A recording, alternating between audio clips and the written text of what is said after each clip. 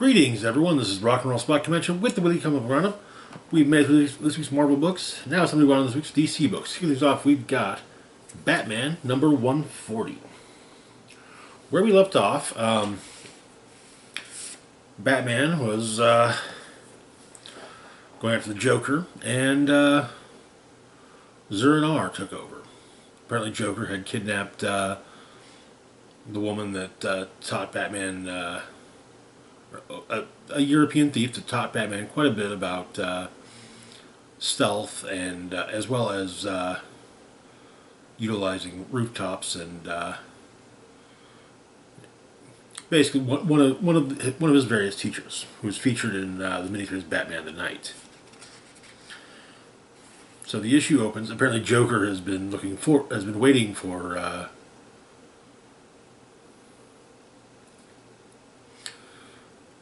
For Batman to be taken over once again be taken over by Zur-En-Arrh, which he refers to as being the real Batman.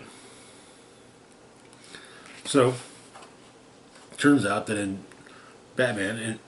inside his mind, Batman is faced with a legion of Zur-En-Arrhs. Apparently, during his recent travels to the multiverse, the additional Zurs all got together, and now their plan is to basically keep Bruce from retaking control of himself. We've clearly got a Batman '89 inspired Zur-En-Arrh, a Dark Knight Returns Zur-En-Arrh. As I recall, there's also one that looks like animated series.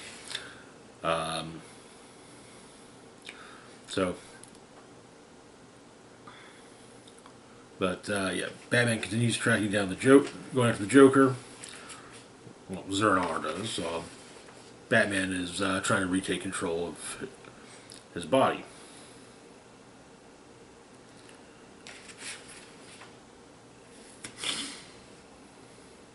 But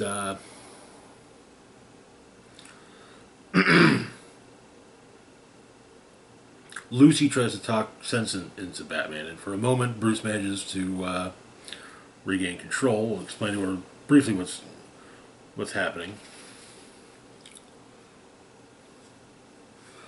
When Zur regains control, he tells her simply that she needs to go, and that he's right where he needs to be. But Batman does have a moment of realization that they're all in his mind palace, as it were, his memory palace, where his brain stores mnemonic images. It's explained it's the strongest thing that Bruce could visualize, but he doesn't know how long he can maintain it before they all shatter his mind.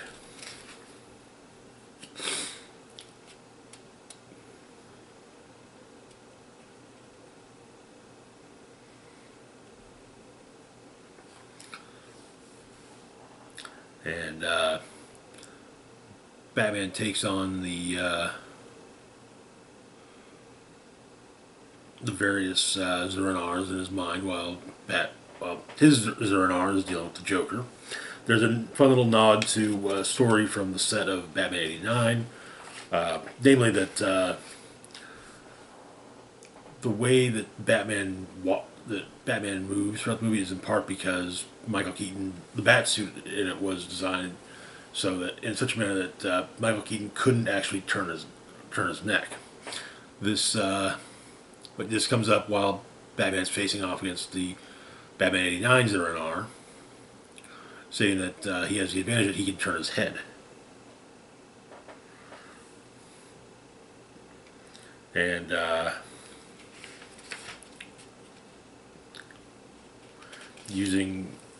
uses the fact that his father was a good Christian man as the memory of his father being a Christian man to stave off Red Rain Bat Zur-En-Arrh.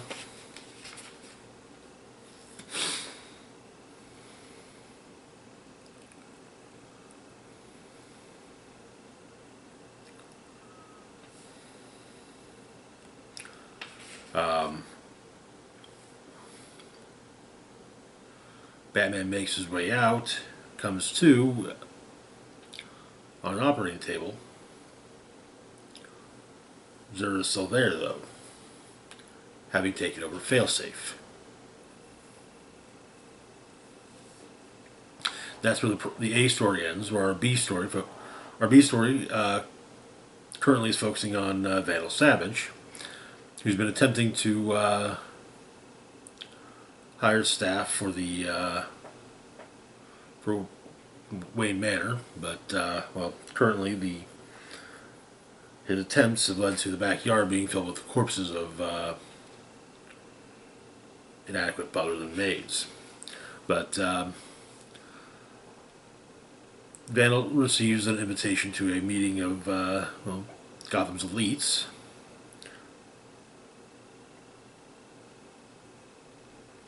And they don't speak highly of Bruce Wayne, but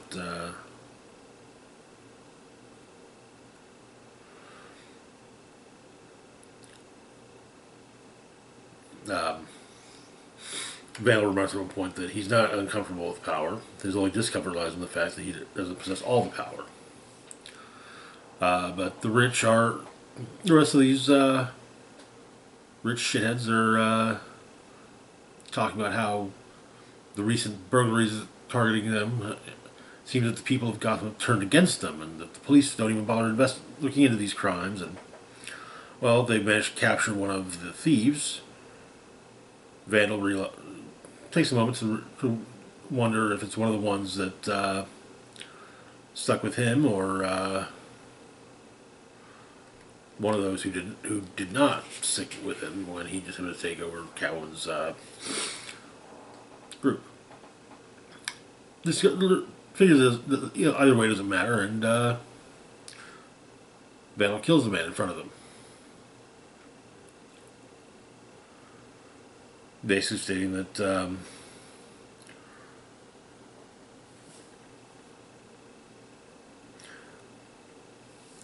basically physical violence is real power and instills fear in others.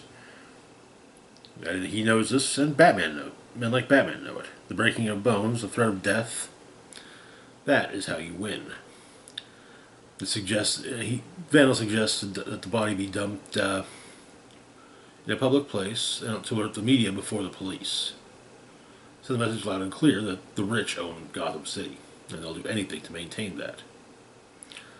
The rest of the group seems to appreciate him. The leader of the group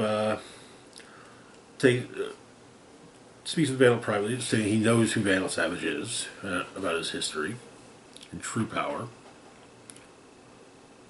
And he thinks that fate has brought Vandal to Gotham. Adding that some of the others in the group have the stomach for ruling, others don't, and turns out that he's part of the Court of Owls.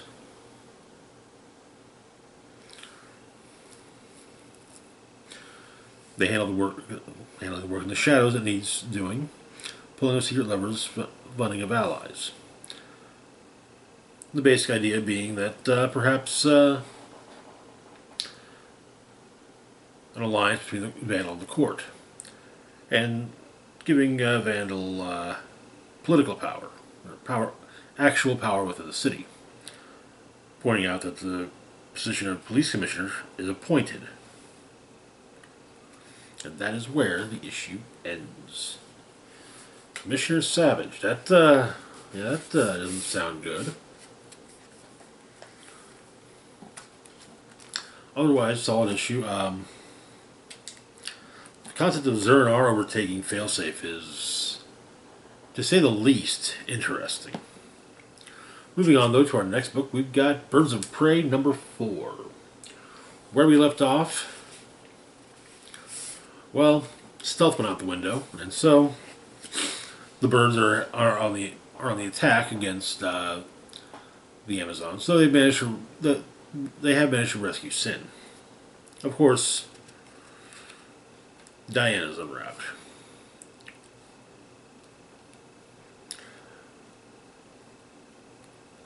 And ends up face to face against Zana.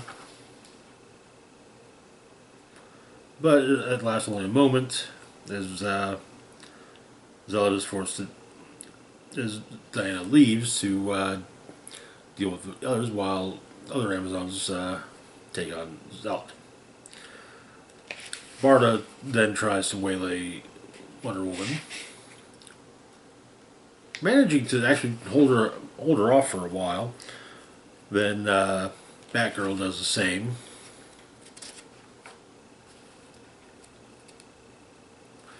Bat gadgets can be annoying after all. Seems that Zealot ends up having to break her vow to not kill Amazons, though.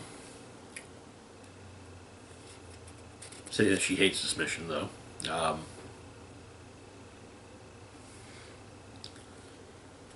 It's a bit of a mess, to say the least. But Meridian shows up to help, but some of the Mascara scrambles her signal, and she's once again gone. Wonder Woman manages to get lasso around Barda's wrist, and Barda explains why they're there.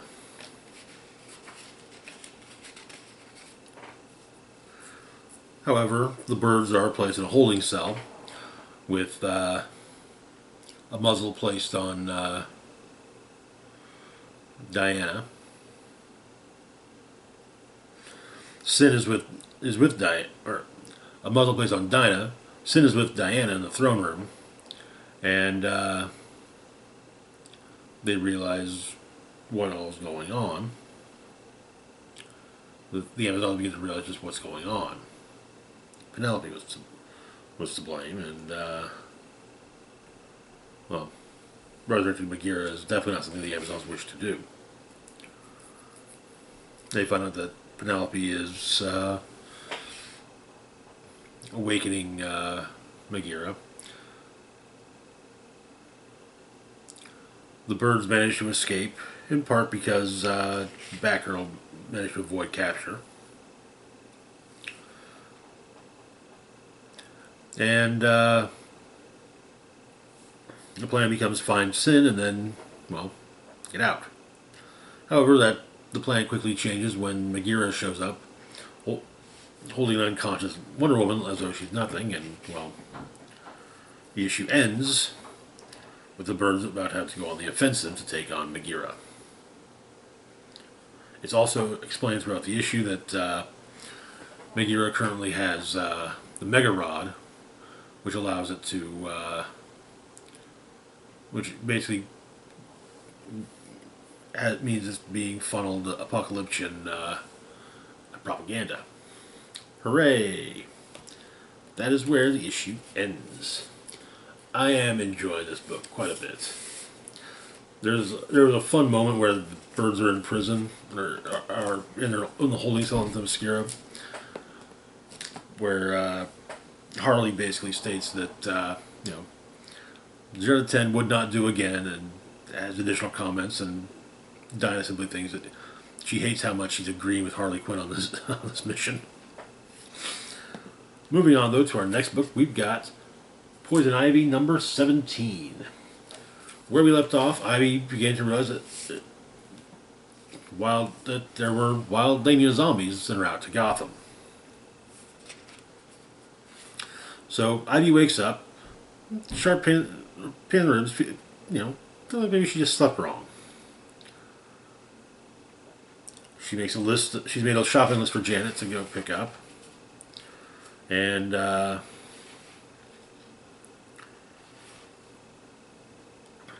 then Ivy gets ready to leave. Janet asks Harley what they should tell. What they should tell Ivy.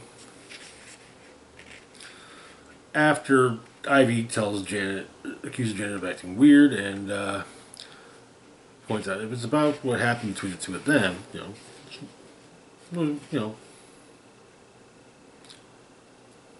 at one time they both weren't in their right minds. But Ivy goes back to the hunting lodge on Slaughter Swamp, when she's making a Croc shows up and she tells Croc what she's doing. Apparently, the lamia mushrooms have been growing in the swamp, and Croc's been eating them. He likes mushrooms.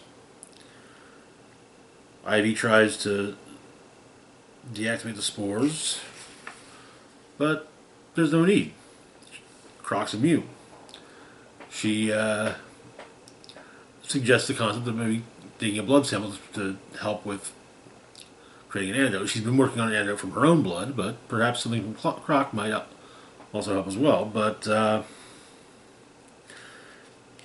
Ivy promises him she won't clone him. She'll destroy the blood sample.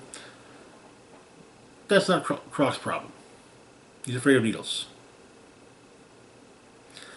As a kid, he was constantly poked and prodded by doctors to figure out what was wrong with him, and well,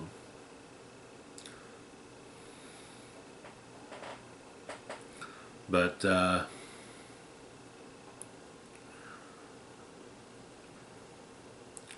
Ivy's trying to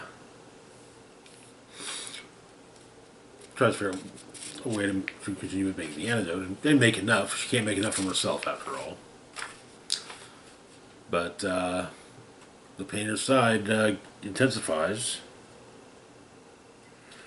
right just before the Croc and Ivy are attacked by one of the lamia zombies.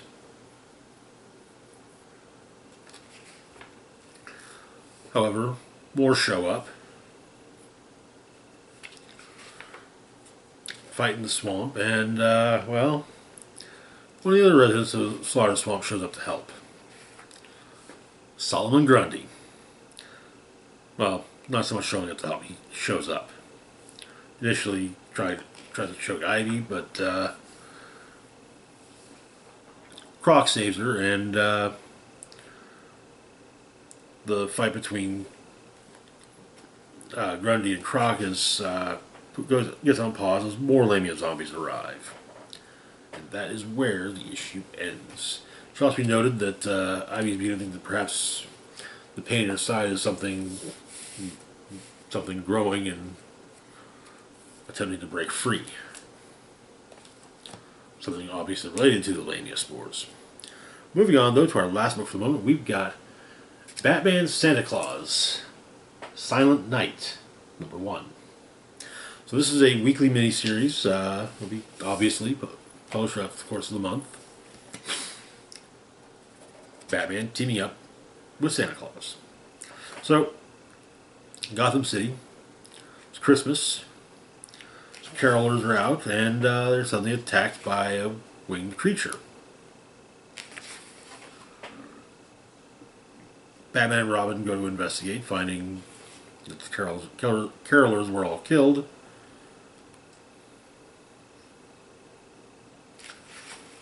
When Zatanna shows up, getting a look at what's happened, and apparently the victims being drained of blood seems to suggest vampires, but the single puncture wound suggests something different. And it is. The Draug. The vampiric strain of the Norse undead.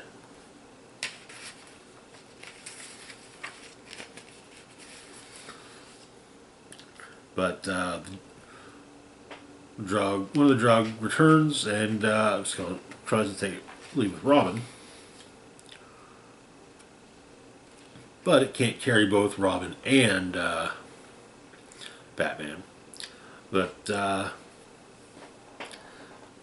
Santa Claus shows up with a crossbow and takes the Draug out. The legend is explained that Santa Claus was a Norse warrior, a Norse hunter, frequently went on the wild hunt, and then one year the wild hunt ended and couldn't go back to, he couldn't return to Valhalla. Elsewhere in town, Batgirl and Nightwing are dealing with the Draug. When Santa shows up to help them as well.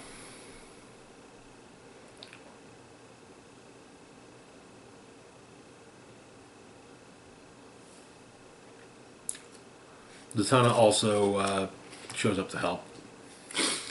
The legend is explained, but yes, one year the man who would become eventually known as Santa hunted down Krampus. Krampus was not evil, just mischievous. But they were the last returning from the wild hunt when a storm closed the path home. Some say it was Ragnarok, or that Wotan simply forgot the woodsman. The path never opened again. The legends of the gods faded, and the two remained among humans. Krampus's nature was the same. He couldn't stop scaring children. As a token of apology,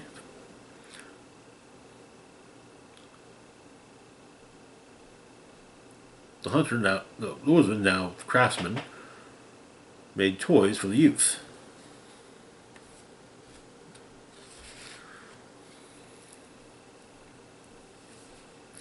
And Robin realizes that Krampus is responsible for the drug. This is confirmed when, from the corpse of one of the drug, a plant blooms, which immobilizes Zatanna, and seemingly Krampus then arises from the corpse as well. And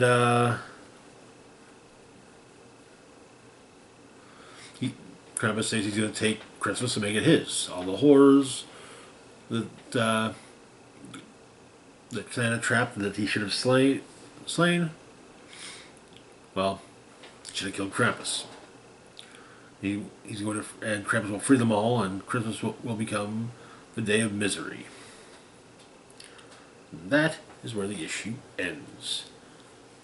So, interesting concept, and should be fun. Also, dig the art. Dig the take on the Legend of Santa. There are plenty, after all.